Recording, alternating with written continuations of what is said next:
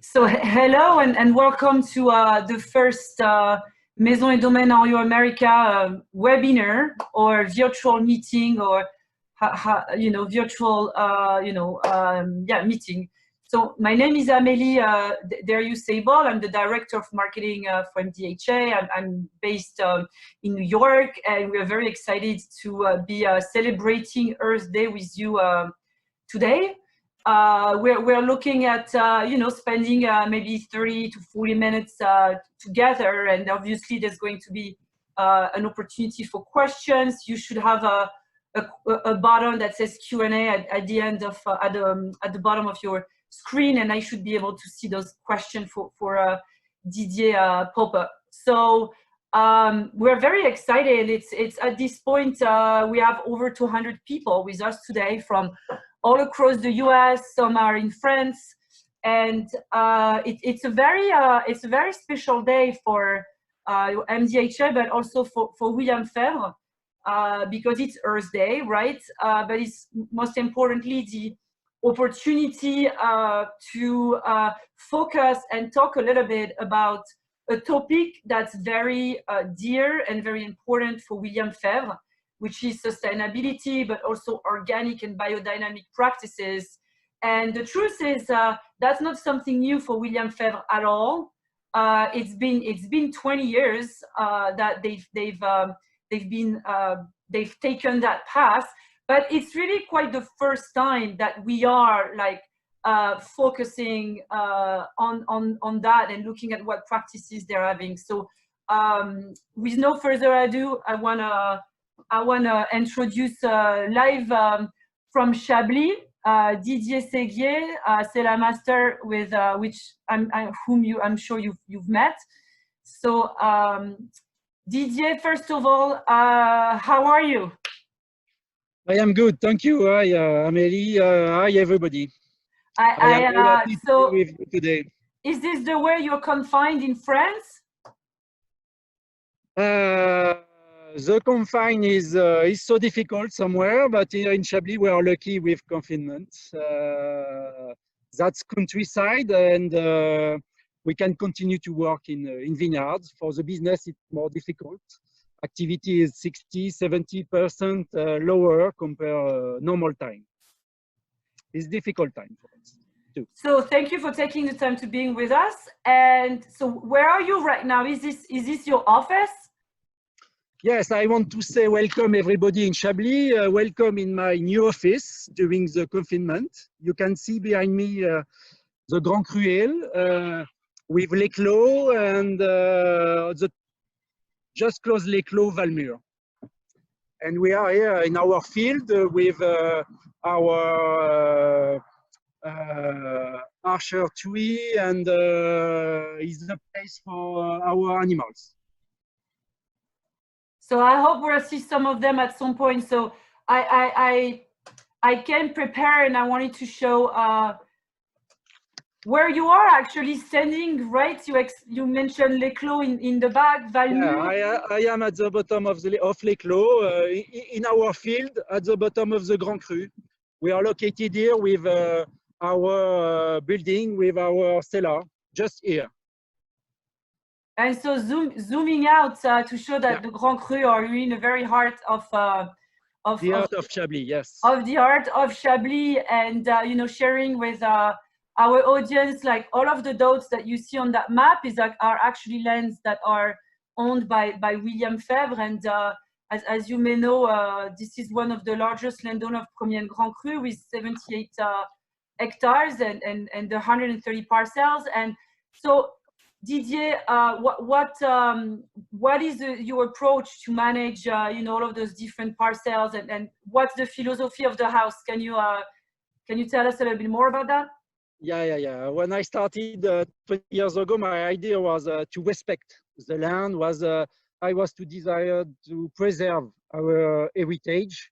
It was natural for me to start sustainable wine growing for the next generation. It was very, very important for me.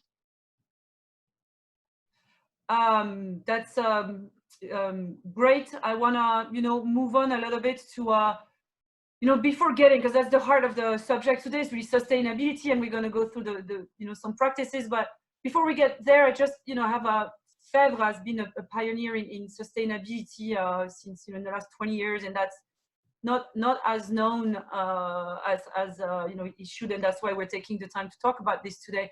But even before that, William Fevre, in general, had been a pioneer in Chablis. Can you tell us a little bit about that? Fevre family has lived in Chablis since 1750. It is a very old family from Chablis. And William started after his father in 1959. Sorry, he made his first harvest in this state. And William's commitment to the terroir of Chablis was very important. He worked hard to protect the Chablis appellation and the name of Chablis in the world.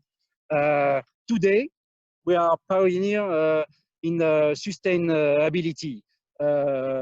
We are the first winery in Burgundy to receive HV3 certification from the French government. It is the highest certification for sustainability in France. So that's a good, a good time to look back, right? We were talking about certification, and we'll come back to this a little later. But this represents 20 years, right? And you are celebrating 20 years with William Fevre, so it's quite an impressive achievement, 20 years, and especially as this year marked the final step to get 100% of the Premier and Grand Cru estate wines under biodynamic practices. So tell us, how did it all started? I mean, what triggered to get to a more environmentally friendly approach 20 years ago? It was a personal desire to be more respectful of environment. The conviction that we have the duty to limit the human impact on the environment.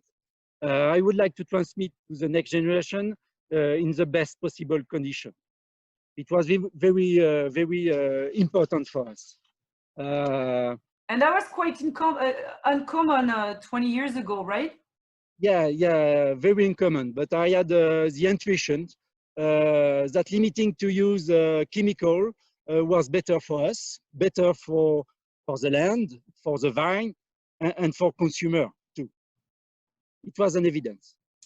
So let me ask you, when you started, what was the hardest challenge? What was the most difficult?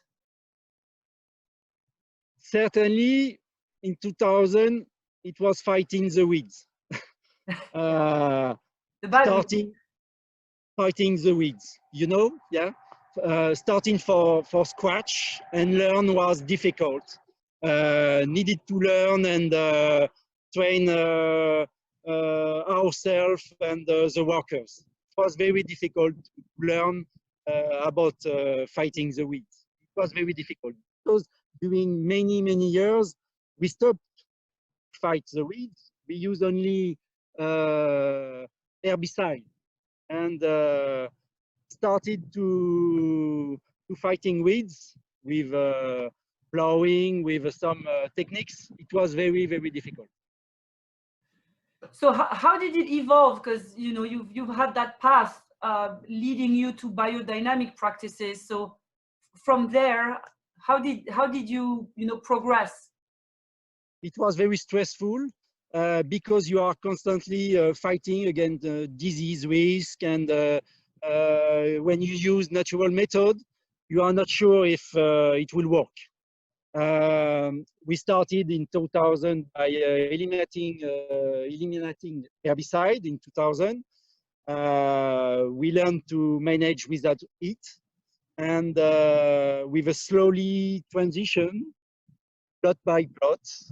And in 2006, natural move to organic and biodynamic practice. organic and biodynamic practice increase biodiversity in our vineyards. And we started in the Grand Cru and Premier Cru area, and we increased year after year. For biodynamic practice, we started in 2010, and today we have 22 hectares in biodynamic practice, and we increase. And this year we decide to start on the other part of the Premier Cru on the left bank with the total Premier and Grand Cru. It will be 32 hectares in a biodynamic practice.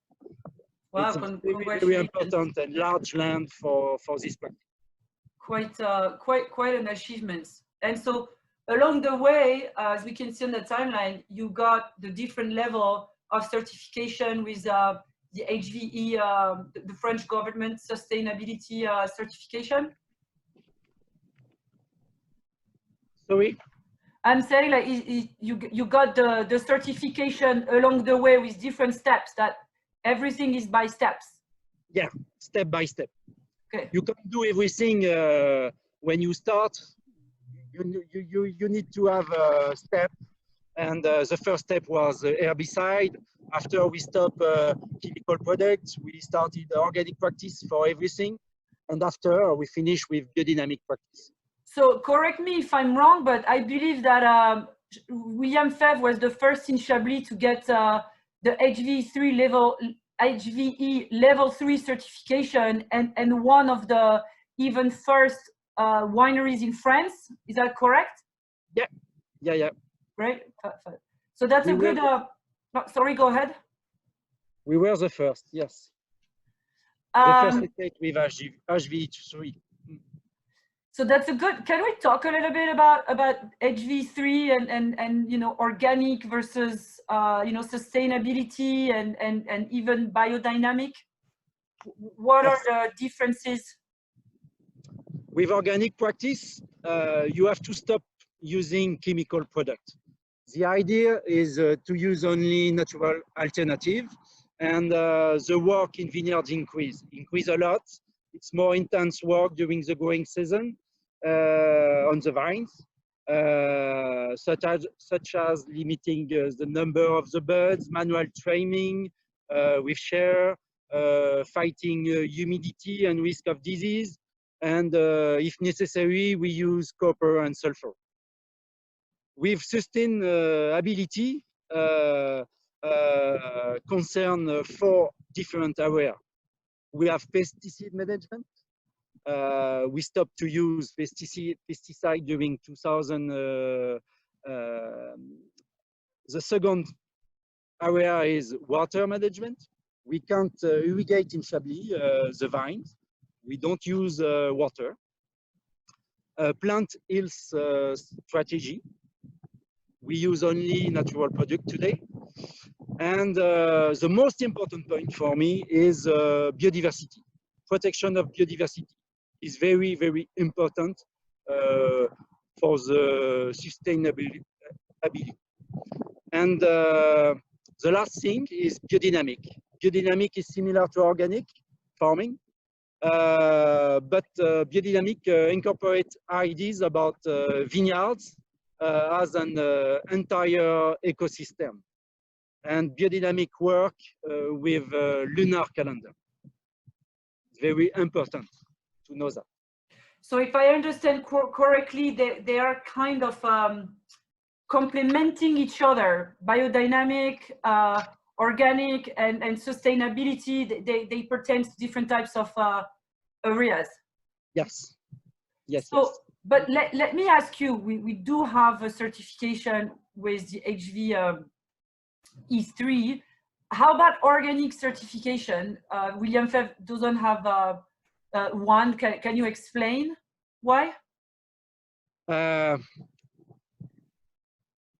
HV3 pertains to more areas and broader, so more in line with our philosophy. Organic certification is not an end. Maybe someday, but not for now. We're looking for perhaps one day for certification organic, but not for the moment. It's a reflection. Okay, good. I think HVE3 is more complete if you use only natural products like organic practice. HVE3 is, I think, more complete. Thank you very much for your answer, and I must say I'm ready to you know, jump into like some specific viticultural practices that you use to be able to, you know, put some images on what sustainability and organic practices mean. So we have a few pictures here. Can you tell us what those practices are and their benefits to the land? The key overall is the significant work in the vineyards. The labor force is required to accomplish tasks. Lot of labor, a lot compare a classic wine growing. You have the first picture with horse plowing. We use horses for young vines to prevent the compacting of soil. Compare the heavy tractor, for example. And in the young vine is better for the rooting because the horse is not heavy, and the rooting is better during the first 3-4 years. And the second picture shows the plowing in the steep hills, because when you have two steep hills, the horses come to plow. And we use caterpillar tractors in the very steep part, like Vaudésir, for example, for to plow the soil. Very, very hard job. We do in the third picture seeding nutritive grass, and we put the grass during the fall and the winter. And the objective is to nurture the soil, protect against erosions, and improve the structure of the soil. It's very important. And after that, during the spring, we plow the grass, and we destroy the grass.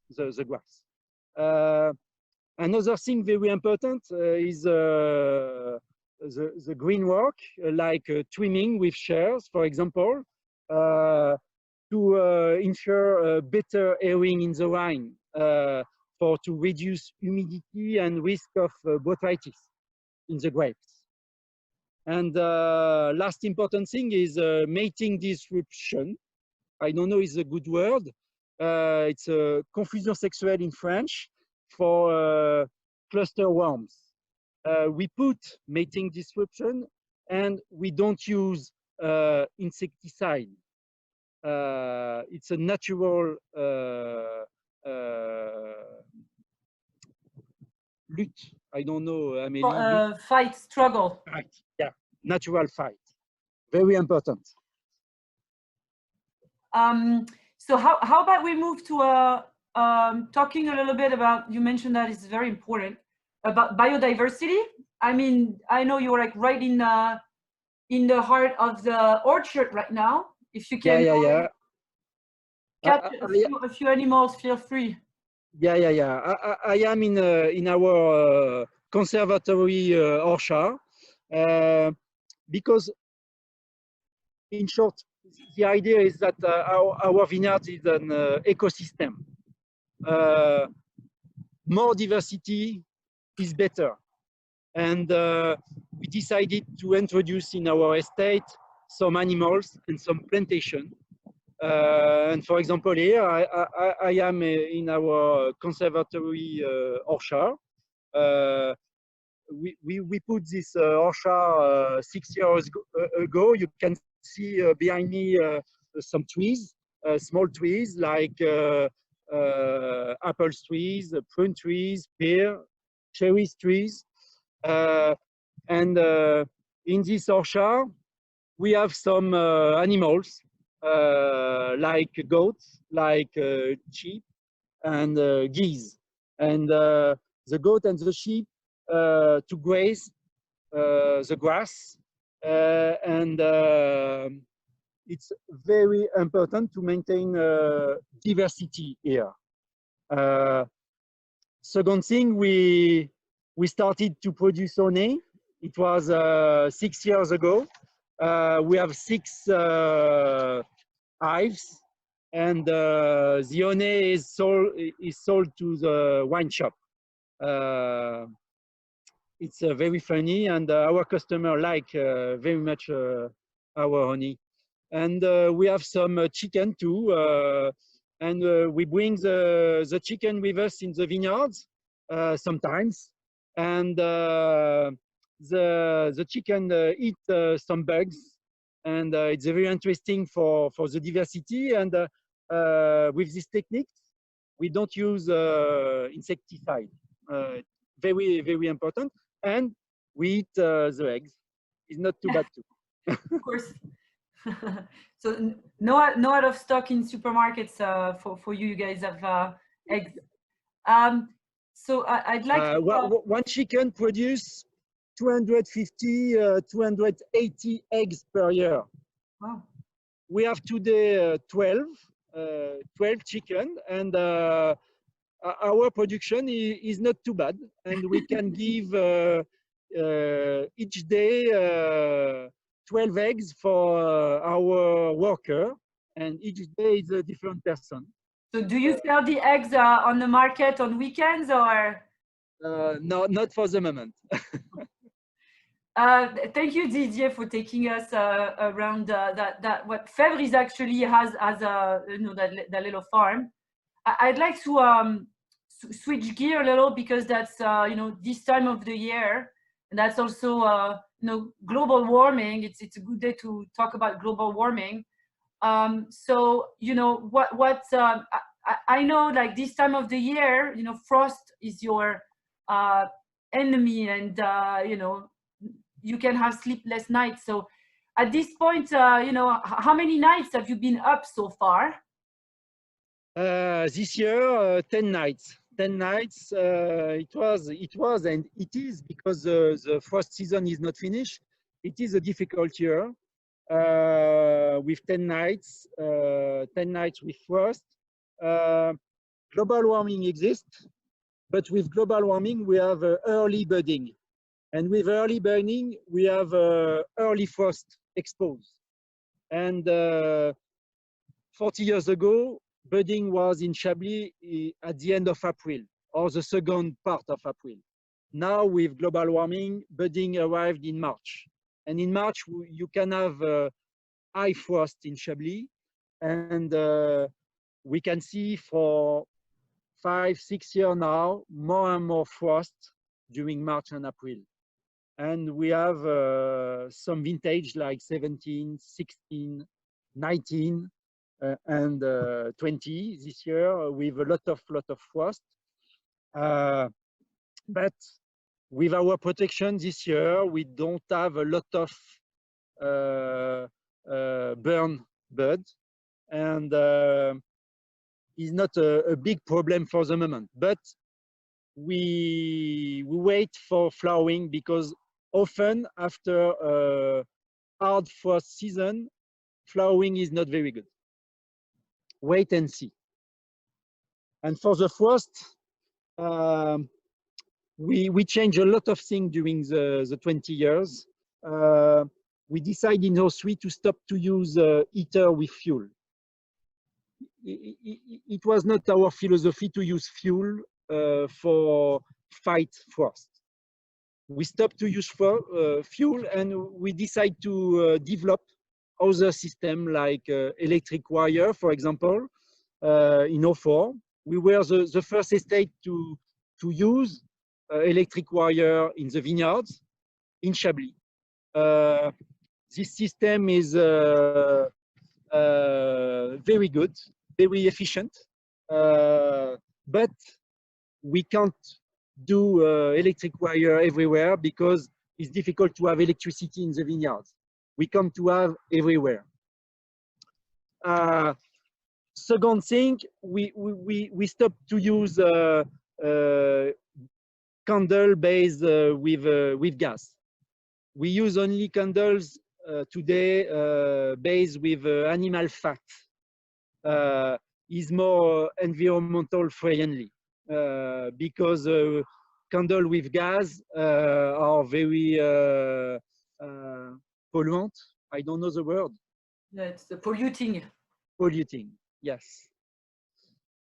And the last thing is spray water. We spray water in one part in Bougro, and we pump the water in the river at the bottom, and we spray water on the buds during the first night, and we have a cocoon, ice cocoon, around the bud, and the cocoon protect with the low temperature.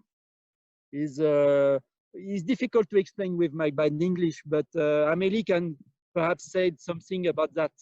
Yeah, it's just that obviously it's counterintuitive to think that you use frozen ice to protect from frost.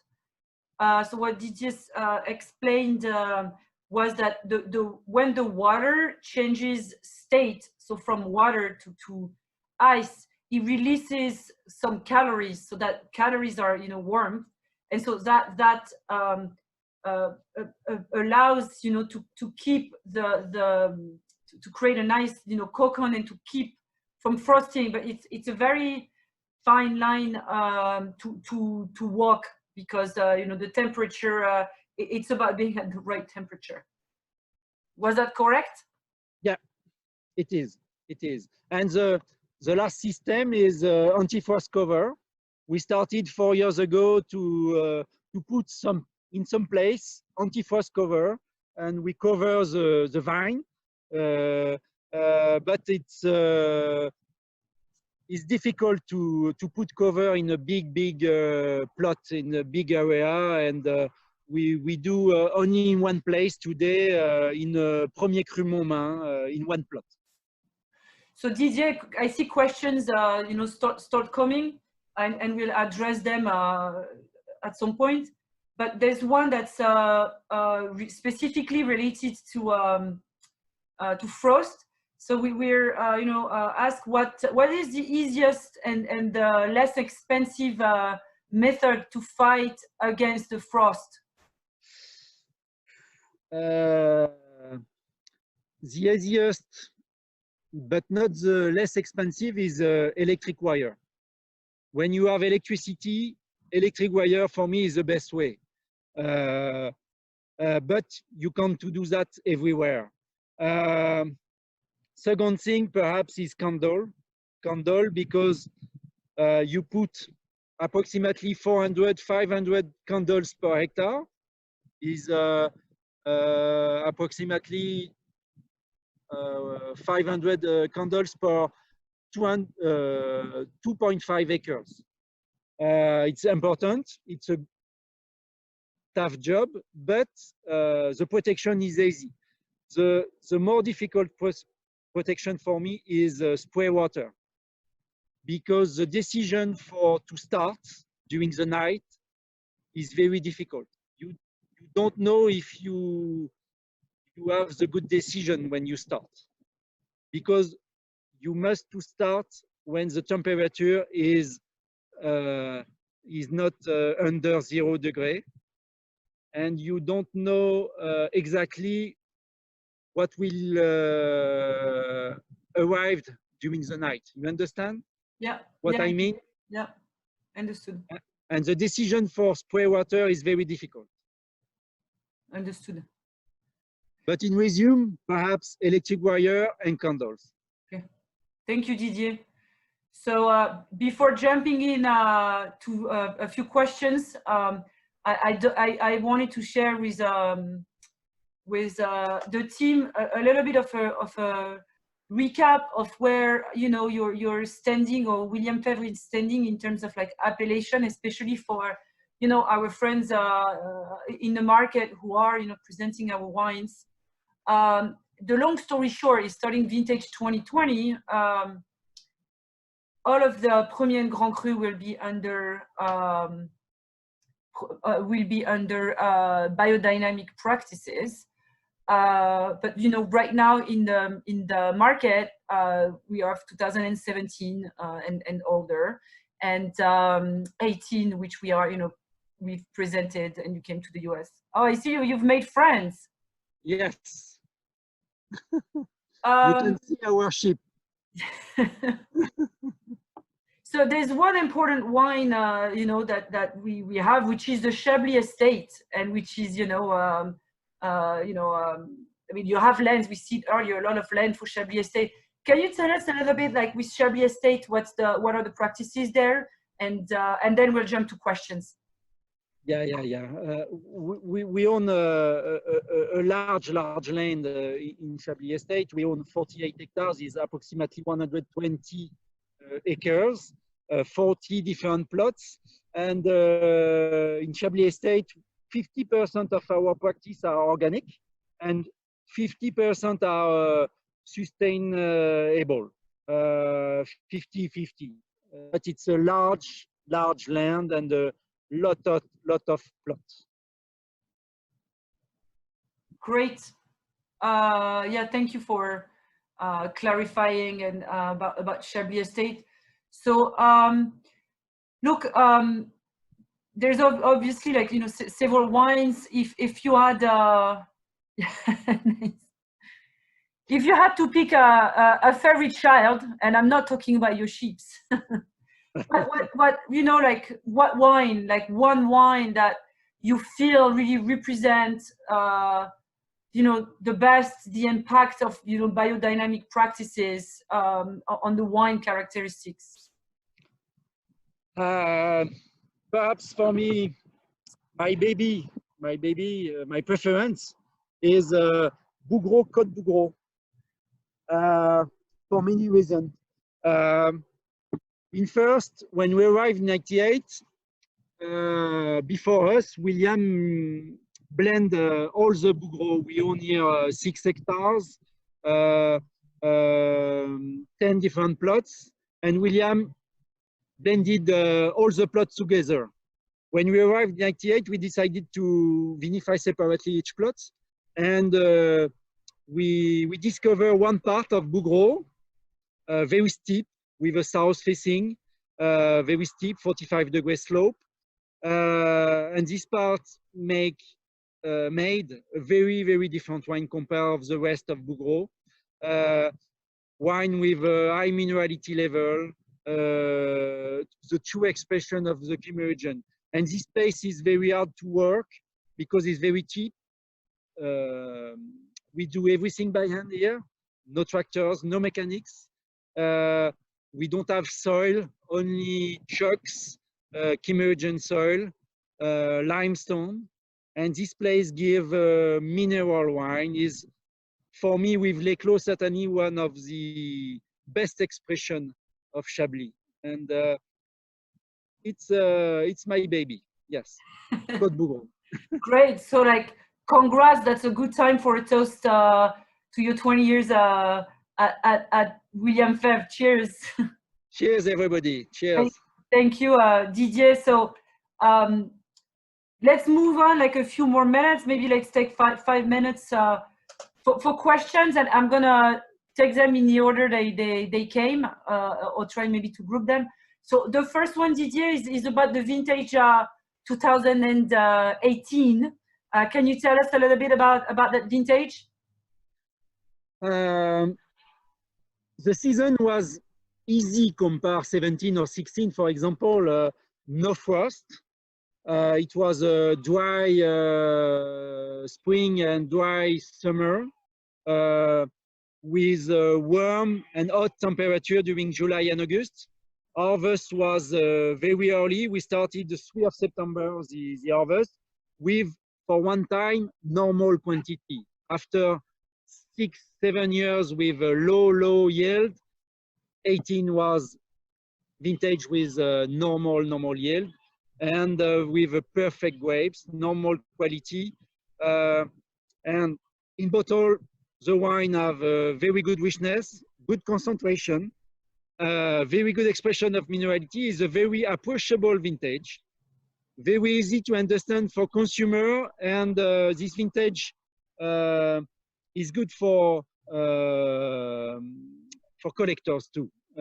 Very, very good vintage. Great. I have some friend now. I show you my goat.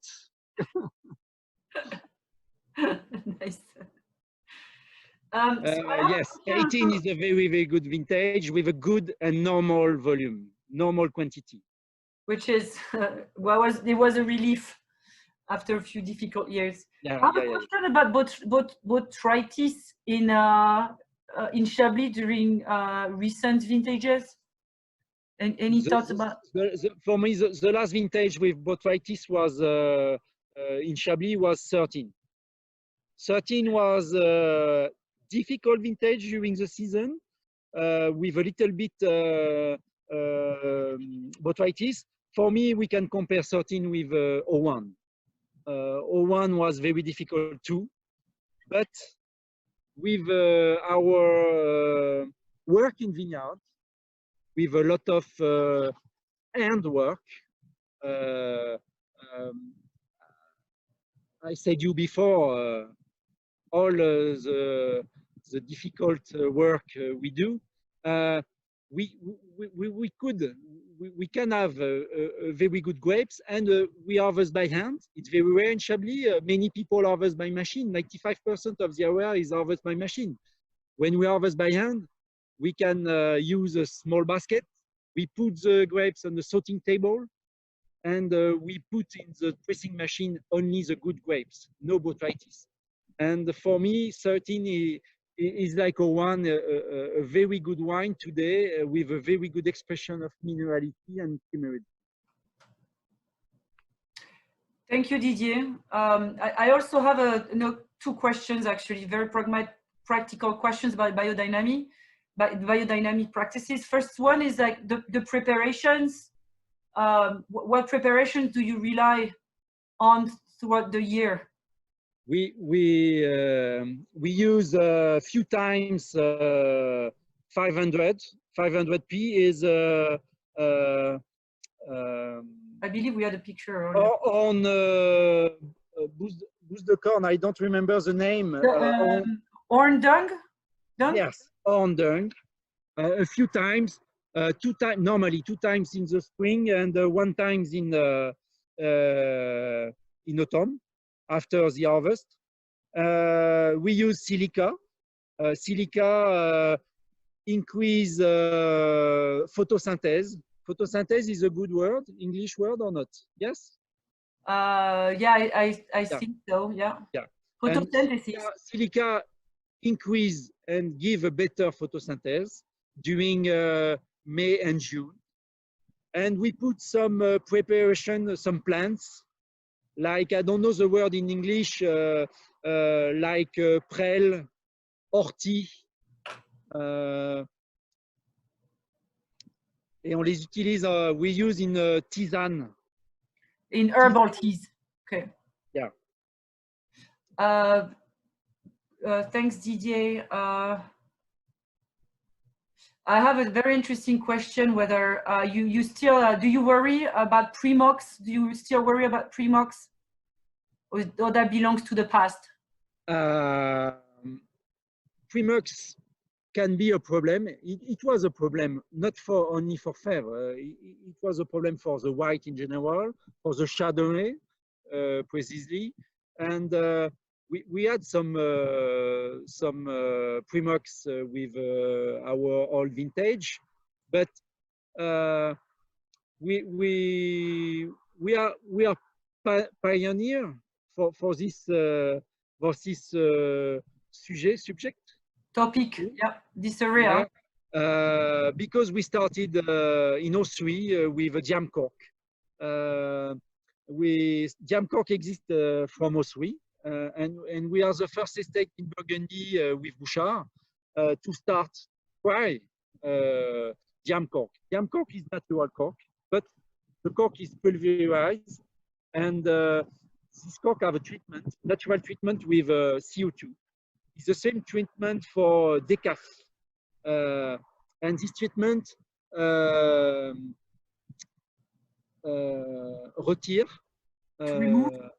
remove TCA.